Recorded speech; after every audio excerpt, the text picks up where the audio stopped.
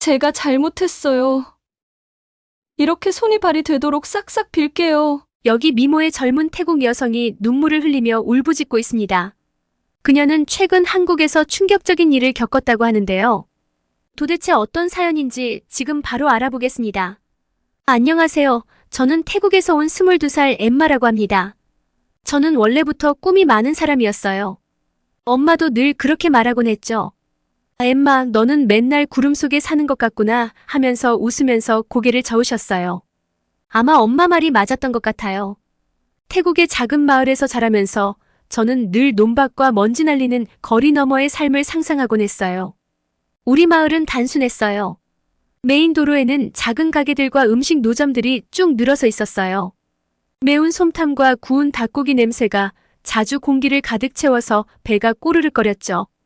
하지만 익숙한 이 풍경과 냄새를 좋아하면서도 저는 항상 더 넓은 세상을 꿈꿨어요. 매일 학교가 끝나면 저는 집으로 달려가서 낡은 TV로 한국 드라마를 봤어요.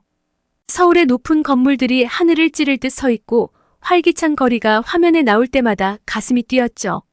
저는 바닥에 다리를 꼬고 앉아 눈을 떼지 못한 채 모든 장면을 하나하나 흡수했어요. 화려한 옷, 맛있어 보이는 음식, 아름다운 공원들. 전부 마법처럼 보였어요. 그런데 단지 그 화려함 때문만은 아니었어요. 저는 그 드라마와 K-팝 뮤직비디오에서 다른 것도 봤어요. 바로 기회요. 서울에서는 사람들이 자기 마음대로 뭐든 될 수 있는 것처럼 보였어요. 우리 마을에서는 선택지가 별로 없었거든요. 부모님은 논에서 열심히 일하셨지만 우리 가족은 늘 생계를 유지하기 어려웠어요. 저는 부모님이 매일 땀에 젖은 옷을 입고 돌아오는 모습을 봤죠. 그들의 손은 거칠었고 걱정을 숨기려 애쓰셨지만 제가 보지 않을 때 눈가에 드리운 그늘을 볼 수 있었어요. 시간이 흐를수록 제가 한국에 가고 싶다는 꿈은 단순한 환상이 아니게 됐어요. 그건 목표가 됐죠. 저는 가능한 모든 바트를 모으기 시작했어요. 방과 후에는 시장에서 일손을 돕거나 어린아이들에게 영어를 가르치거나 마을을 지나가는 관광객들에게 핸드메이드 팔찌를 팔면서 돈을 벌었어요. 제 절친인 노이는 제가 미쳤다고 생각했어요. 왜 떠나고 싶어? 태국은 아름다운데. 우리한테 필요한 건 다 여기 있잖아. 그렇게 말했죠. 하지만 노이에게는 설명하기 어려웠어요. 제가 태국을 사랑하지 않는 게 아니에요. 정말 사랑해요. 하지만 저는 더 많은 걸 원했어요. 세상이 우리에게 무엇을 더 줄 수 있는지 보고 싶었어요. 22살이 되었을 때 마침내 서울로 가는 비행기 표를 살 만큼 돈을 모았어요. 그 돈을 모으기까지 정말 오랜 시간이 걸렸어요. 새 옷도 못 사고 친구들과의 외출도 다 포기하고 오직 저축만 했죠. 하지만 그 비행기 표를 손에 들고 있을 때 설렘이 온몸을 휘감았어요. 드디어 제 새로운 삶이 시작되는 거였어요. 제 계획은 단순했어요. 아니, 그렇게 생각했어요. 몇 달 동안 한국 문화를 직접 체험하고 제가 오랫동안 동경했던 모든 것을 눈으로 보고 느껴보겠다는 거였어요. 아마 영어를 가르치거나 카페에서 일자리를 찾을 수 있을 거라고 생각했죠. 잘 되면 더 오래 머무를 수도 있고요. 마을에서 들리는 소문 중에 한국에서 불법으로 일하는 사람들 이야기가 있었어요. 한 달만 일해도 여기서 1년 동안 버는 것보다 더 많이 벌 수 있다고들 하더라고요. 솔직히 좀 유혹적이었어요. 하지만 저는 그건 마지막 수단으로만 두기로 했어요. 가능하면 저는 합법적으로 모든 걸 해결하고 싶었거든요.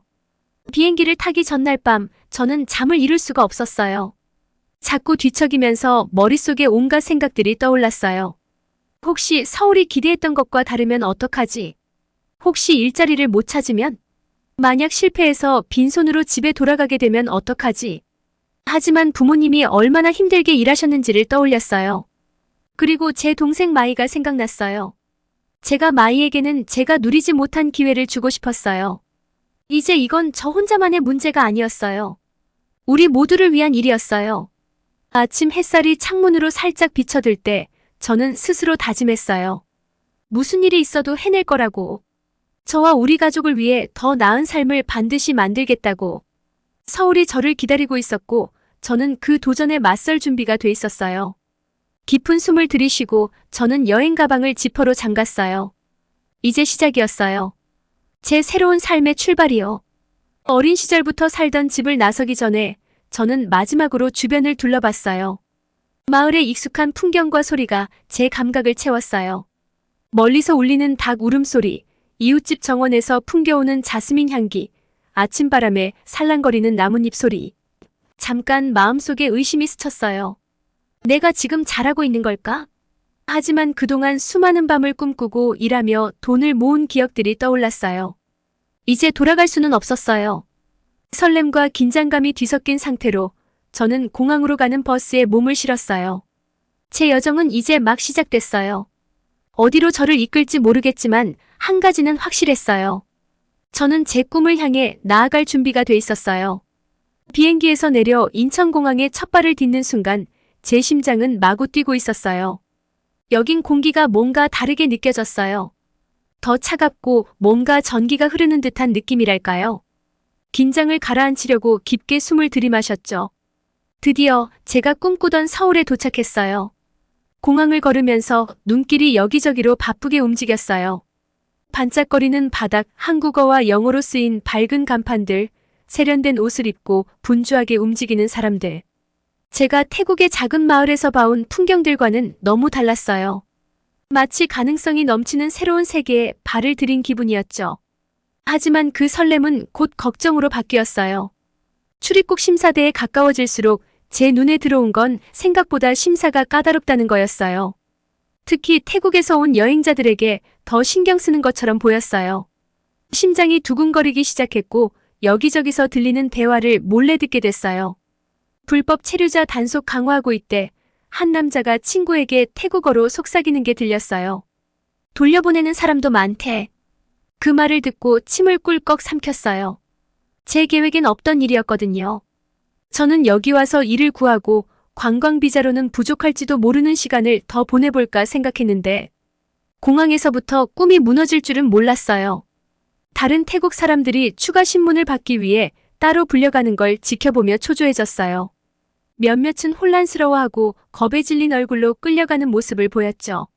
한 사람씩 돌아가는 걸 볼 때마다 제 가능성도 그만큼 줄어드는 것 같았어요.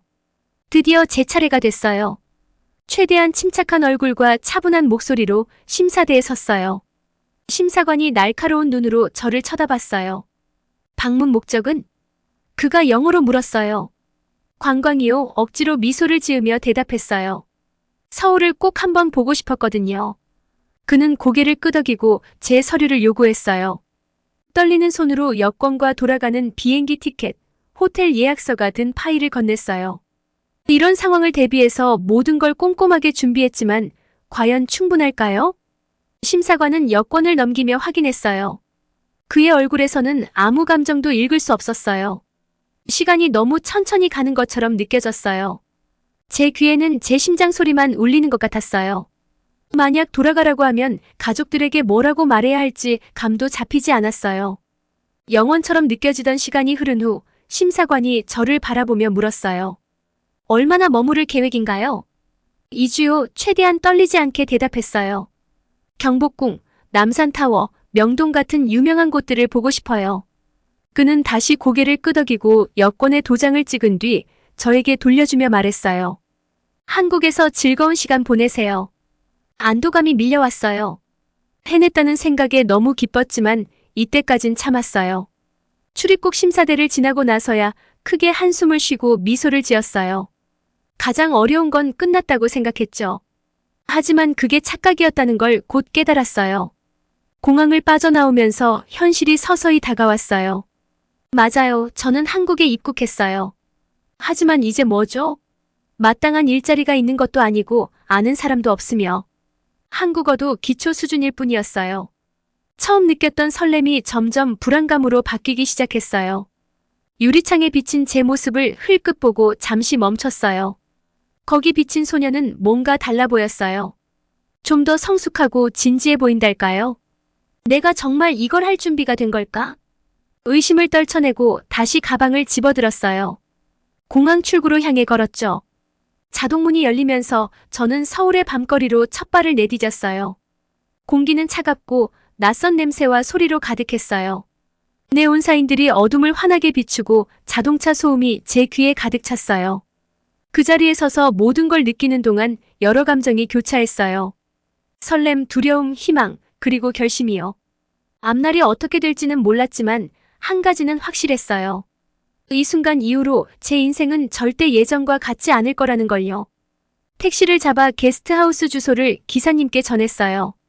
차가 서울 시내를 달리는 동안 저는 창문에 얼굴을 대고 그 커다란 건물들과 분주한 거리들을 바라봤어요. 모든 게 너무 크고 현대적이고 집과는 너무나 달랐어요. 그날 밤 작은 게스트하우스 방에 누워 낯선 도시의 소리를 들으며 많은 생각이 스쳐 지나갔어요. 돈을 모으기 위해 했던 긴 시간의 노력, 가족과 눈물로 헤어졌던 순간들, 그리고 저를 버티게 해준 꿈들이요. 앞으로의 도전도 떠올렸어요. 일을 구하는 건 쉽지 않을 거예요. 특히 제대로 된 비자가 없는 상태에서는요. 제가 계획하고 있는 일이 위험하다는 것도 알고 있었어요. 하지만 그 순간 서울의 에너지가 제 주위를 감싸고 있을 땐 뭐든 가능할 것 같았어요. 잠에 들기 전 스스로에게 약속했어요. 이 기회를 최대한 활용하겠다고요. 열심히 일하고 배울 수 있는 건 다 배우고 성공할 방법을 찾겠다고요. 하지만 그 약속을 지키는 게 얼마나 어려울지, 또 서울에서의 시간이 저를 얼마나 바꿀지는 그때는 전혀 몰랐어요. 그 후 몇 주는 그야말로 눈 깜짝할 사이에 지나갔어요. 매일 새로운 것들이 저를 기다리고 있었거든요. 새로운 풍경, 소리, 경험들이 넘쳐났어요. 고궁을 방문하고 현대적인 쇼핑몰들을 돌아다녔어요. 전에 한 번도 들어본 적 없는 음식을 먹어보고 젓가락질을 제대로 해보려 애썼어요. 지하철에서 길을 잃은 적도 셀 수 없을 만큼 많았지만 그때마다 길을 찾아낼 때면 조금씩 자신감이 붙었어요. 하지만 저축해둔 돈이 점점 바닥나기 시작하면서 현실이 다가왔어요. 관광객으로서의 흥분은 사라지고 일을 구해야 한다는 압박이 점점 커졌어요. 그때부터는 전에 보이지 않던 것들이 보이기 시작했어요. 사람들이 저를 경계하는 듯한 눈빛이라든지 가게에 들어설 때 갑자기 대화가 멈추는 분위기 같은 것들이요. 더 이상 단순한 방문객이 아닌 어딘가 어울리지 않는 사람처럼 느껴졌어요. 관광 비자가 끝나갈 즈음 저는 결정을 내려야 했어요. 집으로 돌아가서 꿈을 포기할지 아니면 남아서 모든 걸 걸어볼지요. 현명한 선택은 분명했지만 제 마음은 아직 서울을 떠날 준비가 되지 않았어요. 그래서 저는 두려움과 결심이 뒤섞인 채로 한국에서 불법 체류자의 길로 뛰어들기로 결심했어요. 지금 돌아보면 그때 제가 지금 아는 걸 알았더라면 좋았겠다는 생각이 들어요. 하지만 그게 꿈이라는 거죠. 때로는 우리가 현실을 보지 못하게 만들기도 하니까요. 제 서울에서의 여정은 이제 막 시작이었고 앞으로 더 힘든 시간들이 저를 기다리고 있었어요. 그때 태국 사람 안온이 생각났어요. 몇 년 동안 서울에서 살고 있는 사람이라고 들었거든요. 친구한테 그의 번호를 받아서 연락을 했어요. 도움이 될 수 있을까 하는 희망을 안고요. 안온의 목소리는 거칠었어요. 엠마 맞지? 솔직히 말할게. 여기서 서류 없이 일하는 거 쉽지 않아. 위험하고 사람들한테 이용당할 수도 있어. 그 말을 들으니 속이 울렁거렸어요. 듣고 싶지 않은 이야기였지만 듣지 않을 수 없었죠. 일이 힘들어. 시간도 길고 돈도 많이 못 벌어. 걸리면 집으로 보내질 거야. 그래도 할 거야? 저는 제 선택을 생각했어요. 집으로 돌아간다는 건 패배를 인정하는 거였죠. 가족들에게 실패했다고 말하는 것도 의미했어요. 아직은 그럴 수 없었어요. 할게요. 저는 목소리를 최대한 담담하게 내려고 했어요. 안오는 한숨을 쉬었어요. 알았어. 사무실 청소할 사람 구하는 곳이 있어. 별로 좋은 일은 아니지만 뭐라도 해야지. 내일 나랑 같이 가자. 그 다음 날 밤 저는 큰 사무실 빌딩 앞에서 안온을 만났어요. 그는 저를 매니저에게 소개해줬는데 매니저는 딱딱하고 냉정한 표정으로 저를 쳐다보지도 않고 일을 설명했어요. 밤 10시부터 아침 6시까지 바닥을 청소하고 쓰레기통을 비우고 화장실을 닦는 일이었어요. 첫날 매니저를 따라다니며 일하는 방법을 배우는 동안 저는 안도감과 슬픔이 동시에 느껴졌어요. 일자리가 생겨서 다행이었지만 이건 제가 꿈꾸던 서울 생활이 아니었거든요. 하루하루가 지나면서 저는 일상에 익숙해졌어요. 낮에 자고 해가 질 때 일어나서 일하러 갔어요. 밤은 길고 외로웠어요. 제가 만난 사람들은 대부분 다른 청소부들이었고 그들은 대부분 나이 든 여성들로 영어도 태국어도 거의 하지 못했어요. 청소용 화학약품 때문에 제 손은 거칠어졌고 밤새 걸레질과 진공청소기를 돌리다 보니 허리가 아팠어요. 하지만 가장 힘든 건 끊임없는 두려움이었어요. 복도에서 무슨 소리라도 들리면 심장이 벌렁거렸어요. 경찰인가? 누가 우리를 신고했나? 가족이 너무 보고 싶었어요. 그들의 목소리를 듣고 싶었지만 부끄러워서 연락을 못했어요. 어떻게 말할 수 있을까요? 큰 꿈을 품고 떠났던 딸이 이제는 한밤중에 화장실을 청소하고 있다고요? 처음에는 그렇게 아름답게만 보였던 서울이 이제는 차갑고 낯설게 느껴졌어요. 처음엔 반짝이고 웅장하게 보였던 높은 빌딩들도 이제는 제가 얼마나 작고 보잘것없는 존재인지 떠올리게 할 뿐이었죠. 어느 날 밤 일을 마치고 나오는데 젊은 한국인들이 웃으며 집으로 돌아가는 모습이 보였어요. 그들은 제 또래처럼 보였지만 삶은 너무나 달라 보였어요. 그들은 자유롭게 도시를 즐기고 커리어를 쌓고 꿈을 쫓을 수 있는 사람들이었죠. 그런데 저는 그림자 속에 숨어서 누군가에게 들킬까봐 두려워하고 있었어요. 태국에서 보던 한국 드라마들이 생각났어요. 그 드라마들이 저를 서울에 오게 만든 이유였는데 이제는 그 이야기가 다 환상에 불과하다는 걸 깨달았죠. 제가 살고 있는 진짜 서울은 조심하지 않으면 꿈이 악몽으로 변할 수 있는 그런 곳이었어요. 하지만 포기할 수 없었어요. 여기까지 오는데 너무 많은 걸 걸었고 너무 큰 위험을 감수했어요. 그래서 매일 밤 유니폼을 입고 걸레를 들고 일하러 갔어요. 그냥 잠깐일 거라고 스스로에게 말했어요. 곧 좋아질 거라고. 하지만 속으로는 제가 끔찍한 실수를 저지른 게 아닌가 하는 생각이 들기 시작했어요. 몇 달이 지나자 저는 제가 변하고 있다는 걸 느꼈어요. 비행기에서 내릴 때만 해도 밝고 희망에 차 있던 제가 이제는 낯선 사람이 되어버린 것 같았어요. 두려움 속에 살고 어둠 속에서 일하며 꿈꾸는 법을 잊어버린 사람이 되어버렸죠. 하지만 여전히 버티고 있었어요. 돌아간다는 건 패배를 인정하는 거니까요. 저는 아직 그럴 준비가 되지 않았어요. 그래서 계속 청소하고 계속 숨고 계속 나아지길 바라고 있었어요. 하지만 시간이 지날수록 그 희망은 점점 희미해졌고 제 상황의 현실은 더 이상 외면할 수 없게 느껴졌어요. 손이 떨리면서 어둑한 거리를 걸어가고 있었어요. 겨울밤이었고 숨을 쉴 때마다 하얀 연기가 뿜어져 나왔어요. 청소 일을 끝낸 참이었고 지금은 빨리 좁은 아파트로 가서 자고 싶기만 했어요. 그런데 오늘 밤은 뭔가 이상했어요. 폭풍이 오기 직전처럼 공기가 묘하게 무거웠어요. 얇은 재킷을 꼭 여미면서 좀 더 따뜻한 옷을 살 돈이 있었으면 좋겠다는 생각을 했어요. 그때 들렸어요. 제 심장을 멈추게 만든 그 소리. 사이렌 소리였어요. 점점 가까워지고 있었어요. 머릿속이 복잡해졌어요. 안 오니 했던 경고가 머릿속에 울렸어요. 엠마, 조용히 있어. 눈에 띄지 마. 하지만 이미 너무 늦었어요. 주변 건물 유리창에 반사되는 불빛이 보였거든요. 요즘 들어 이민자 단속이 잦아졌고 불법 체류자인 저 같은 사람들을 잡으려는 거였어요. 주위를 다급히 둘러보면서 숨을 곳을 찾았어요. 하지만 거리는 텅 비었고 도망갈 데가 없었어요. 다리가 후들거리고 심장이 너무 세게 뛰어서 금방이라도 가슴 밖으로 튀어나올 것 같았어요.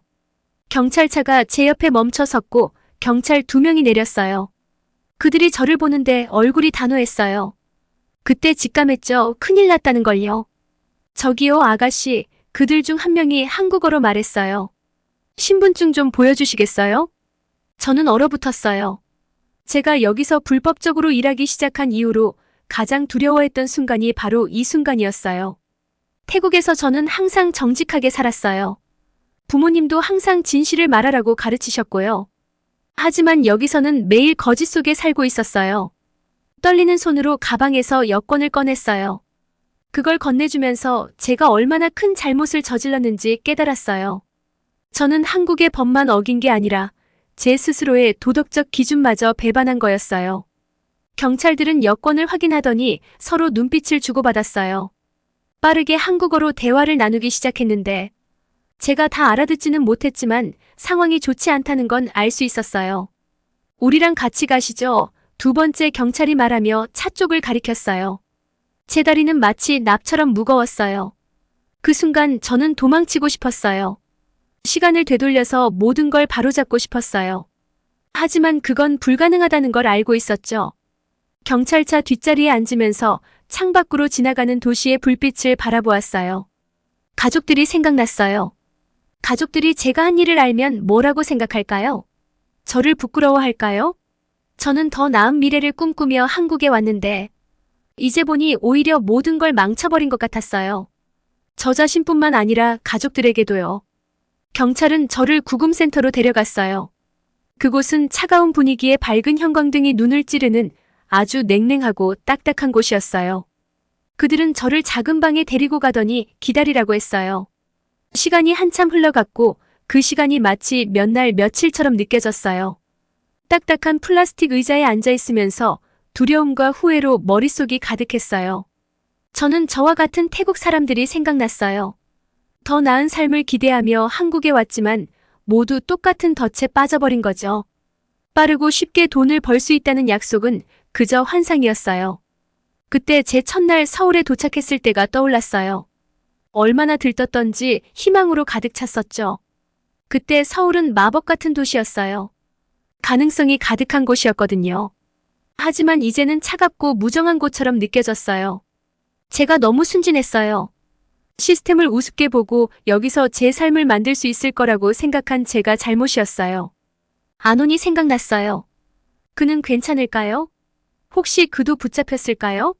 아니면 여전히 건설 현장에서 일하면서 늘 뒤를 돌아보고 있을까요? 문이 열리고 경찰관이 통역사를 데리고 들어왔어요. 심장이 다시 빠르게 뛰기 시작했어요. 그들이 질문을 하기 시작했어요. 얼마나 오래 있었나요? 어디에서 일했죠? 누가 일자리를 찾아줬죠? 저는 진실을 말할지 아니면 저 자신과 다른 사람들을 지켜야 할지 고민했어요. 결국 진실을 말하기로 했어요. 더 나은 삶을 꿈꿨던 이야기. 태국에서의 경제적 어려움, 그리고 불법으로 일하게 된 절박한 상황에 대해 다 털어놓았어요. 제가 이야기하는 동안 경찰관들의 눈빛이 조금 달라지는 걸 느꼈어요. 처음처럼 그렇게 딱딱해 보이지 않았어요. 아마도 그들도 이해한 것 같았어요. 비록 그들이 동의할 수는 없겠지만요. 몇 시간 동안의 질문이 끝나고 그들은 다시 저를 혼자 남겨두었어요. 저는 육체적으로도 정신적으로도 지쳐 있었어요. 의자에 몸을 웅크리고 눈을 감았어요. 이제 어떻게 될까 생각하면서요. 추방당할까? 다시 가족을 볼 수 있을까? 그 조용한 순간들 속에서 중요한 걸 깨달았어요. 문제는 한국이 아니었고 저 자신도 아니었어요. 진짜 문제는 태국에 있는 기회의 부족이었어요. 저는 그저 작동하지 않는 시스템에서 도망치고 있었어요. 그걸 바꾸려 노력하지 않고요. 작은 창문으로 새벽 햇살이 스며들 무렵 저는 결심했어요. 앞으로 무슨 일이 일어나더라도 저는 그걸 용기 있게 맞이할 거예요. 그리고 태국으로 돌아가면 저와 같은 실수를 하지 않도록 다른 사람들을 돕겠다고요. 다시 문이 열렸어요. 이번에는 경찰관이 심각한 표정으로 들어왔어요. 통역사를 통해 그가 말했어요. 결정이 내려졌습니다. 제 심장은 쿵쾅거리며 결말을 기다렸어요. 차가운 딱딱한 의자에 앉아 있는데 가슴 속에서 심장이 미친 듯이 뛰었어요. 이민 사무실은 조용했지만 제 머릿속은 소리치고 있었죠. 내가 어떻게 여기까지 오게 된 걸까? 몇 달 전만 해도 희망과 꿈으로 가득 차 있었는데 이제는 마치 범죄자처럼 느껴졌어요. 직원이 제 이름을 불렀고 다리가 후들거리며 일어났어요. 그의 사무실로 걸어가면서 숨을 어떻게 쉬어야 할지 생각해봤어요. 그 직원은 엄한 눈빛으로 저를 쳐다봤지만 그 안에 약간의 친절함도 엿보였어요. 아마도 그도 왜 저 같은 사람들이 그의 나라에 오는지 이해하고 있었을지도 몰라요. 엠마, 그가 예상보다 부드러운 목소리로 말했어요. 왜 여기에 있는지 알고 있죠? 저는 말이 나오지 않아 고개만 끄덕였어요. 눈물이 쏟아질 것 같았지만 억지로 참았어요. 약해 보이고 싶지 않았거든요. 불법으로 일해왔어요. 그가 계속 말했어요. 이건 심각한 범죄입니다. 저는 설명하고 싶었어요. 고향에 있는 가족 이야기, 우리 마을에 일자리가 부족하다는 이야기. 하지만 그런 얘기가 무슨 소용이 있겠어요? 규칙은 규칙이고 저는 그 규칙을 어겼잖아요. 그 직원은 한숨을 쉬며 컴퓨터 화면을 쳐다봤어요. 보통은 바로 추방 조치를 취하게 됩니다. 그가 말했어요. 제 심장이 철렁 내려앉았어요. 추방이라니. 그 단어가 머릿속에서 메아리 쳤어요. 가족이 뭐라고 할까? 이렇게 처참하게 실패한 채로 어떻게 그들을 마주할 수 있을까? 하지만 그때 그 직원이 뜻밖의 말을 했어요. 하지만 당신의 상황을 고려하고 이번이 첫 번째 위반이라는 점에서 경고를 드리겠습니다. 저는 내가 제대로 들었는지 확신이 안 서서 눈을 깜빡였어요. 경고요? 제가 되물었죠. 그가 고개를 끄덕였어요. 맞아요. 하지만 잘 들어요, 엠마. 이번이 유일한 기회입니다. 자진 출국을 위해 3일의 시간을 드릴게요. 만약 이 기간을 넘기거나 다시 불법적으로 일하려 시도한다면 바로 추방되고 다시는 이 나라에 들어올 수 없을 겁니다. 안도감이 밀려왔지만 곧 수치심이 뒤따랐어요. 운이 좋았던 건 맞지만 여전히 실패자처럼 느껴졌어요. 이해했나요? 그 직원이 물었어요. 네, 제가 속삭였어요. 감사합니다. 이민 사무실을 나서자 밝은 서울의 햇살이 제 얼굴을 비췄어요. 하지만 그 따뜻함을 느끼는 대신 저는 속이 차가워졌어요. 제 꿈은 악몽으로 변했고 이제는 깨어날 때가 된 것 같았어요. 작은 제 아파트로 돌아와서 제가 쌓아왔던 삶을 둘러봤어요. 많지는 않았어요. 작은 침대 하나, 책상 하나, 그리고 옷이 가득 든 여행 가방 하나뿐이었죠. 그래도 그건 제 것이었어요. 이제 그 모든 걸 다 싸서 떠나야 했어요. 옷을 접으면서 여러 기억들이 떠올랐어요. 서울에서의 첫날 느꼈던 설렘, 높은 빌딩들을 보며 느꼈던 경외감, 그리고 주변에서 들리던 한국어에 가슴이 두근거리던 순간들. 하지만 어두운 기억들도 스며들었어요. 잡힐까봐 느꼈던 두려움, 긴 시간 일하느라 느꼈던 피로, 숨어 살아야 했던 외로움. 침대 옆에 두었던 가족 사진을 집어들었어요. 엄마, 아빠, 그리고 제 여동생이 웃으며 저를 바라보고 있었어요. 내가 집에 돌아갔을 때 그들은 뭐라고 할까? 실망할까? 화낼까? 아니면 그저 제가 무사히 돌아온 걸 다행으로요. 길까?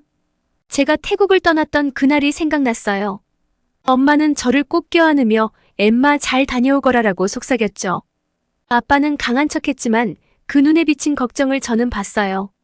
여동생은 꼭 K-pop 앨범을 사다 달라고 약속받았죠. 이제 저는 빈손으로 돌아가고 있었어요. 돈도 없고 성공 이야기 하나 없고 심지어 그 작은 K-pop 앨범도 없었어요.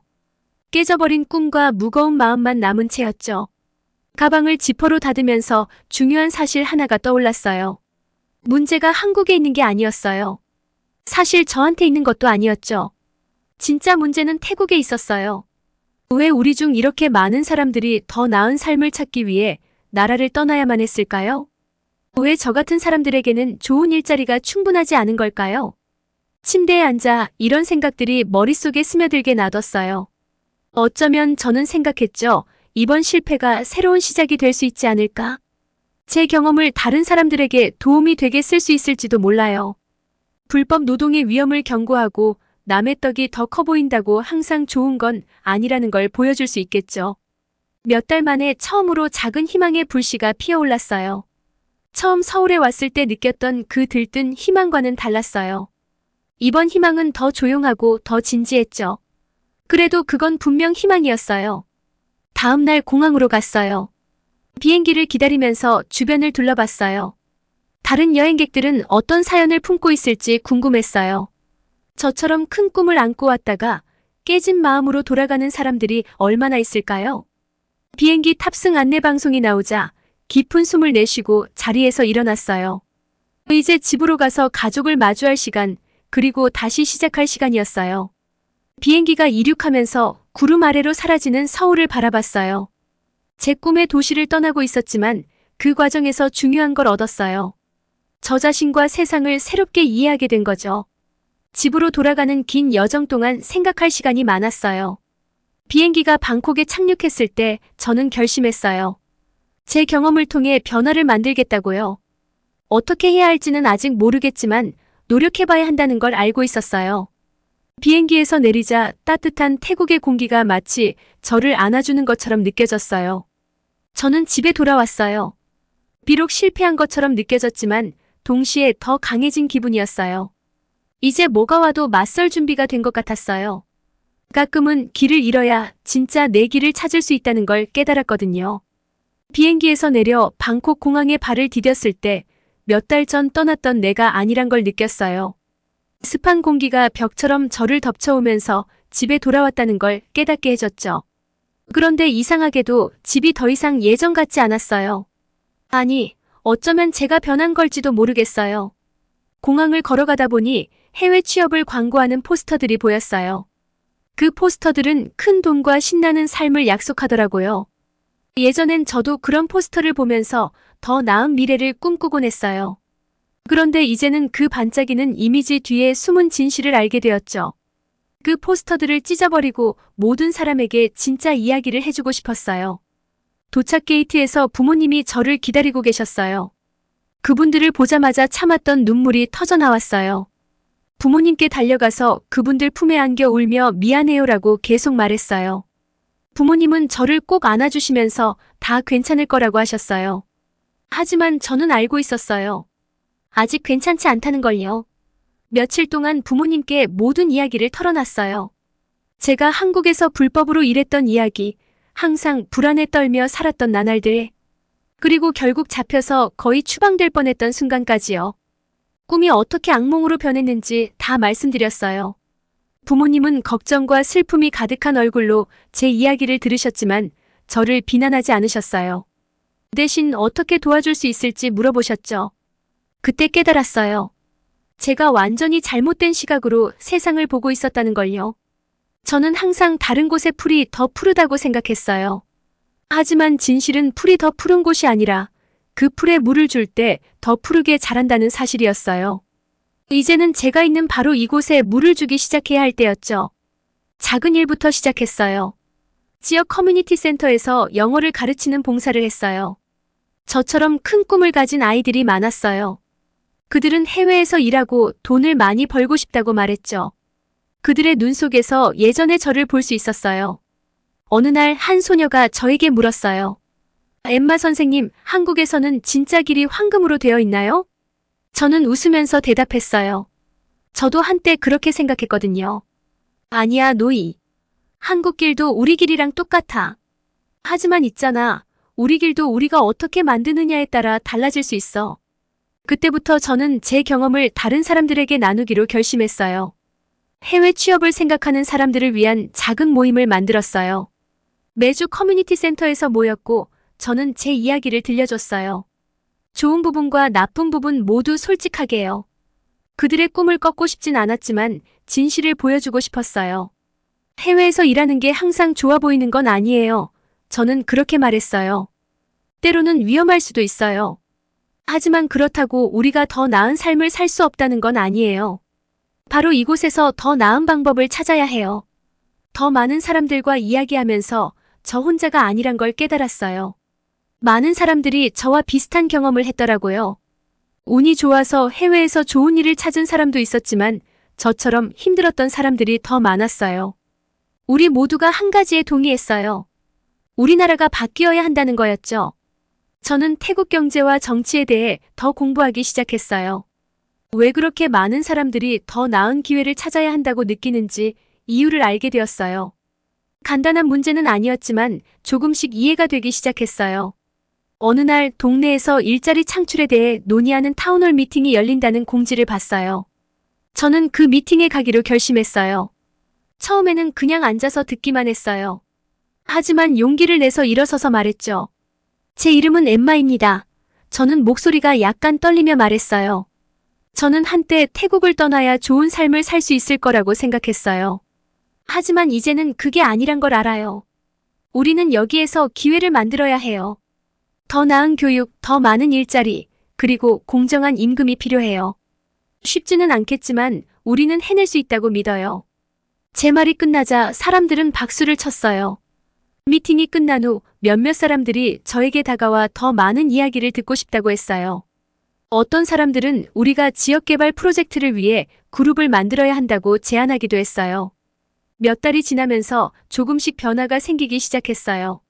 우리 그룹은 점점 커졌고 우리는 작은 비즈니스를 시작하며 사람들에게 새로운 기술을 가르쳤어요. 지역 공무원들과 협력해 학교를 개선하려고 노력했죠. 항상 쉽지는 않았고 진행 속도도 느렸어요. 하지만 처음으로 저는 진정한 변화를 만들고 있다는 느낌을 받았어요. 한때 저는 꿈을 찾으려면 떠나야 한다고 생각했어요. 제가 말했어요. 하지만 그건 틀린 생각이었어요. 우리의 꿈은 바로 여기, 우리가 그것을 현실로 만들길 기다리고 있어요. 쉽지는 않을 거예요. 많은 노력이 필요하고 인내도 필요해요. 하지만 함께라면 우리는 원하는 미래를 바로 이곳에서 만들어갈 수 있어요. 아이들의 얼굴을 보며 저는 그들 눈 속에 희망과 결단력을 봤어요. 제 여정이 실패가 아니었다는 걸 깨달았어요. 그 여정이 저를 지금 이 자리에 있게 해줬다는 걸요. 여기 우리 집에서 한 걸음씩 세상을 더 나은 곳으로 만들기 위해 일하고 있었어요. 앞으로의 길은 길고 험난할 거예요. 하지만 저는 준비됐어요. 이제 진실을 알았거든요. 진정한 여정은 외국으로 도망치는 게 아니라 집으로 돌아와 그곳을 더 나은 곳으로 만드는 것이란 걸요. 그리고 그 여정은 이제 막 시작되었어요.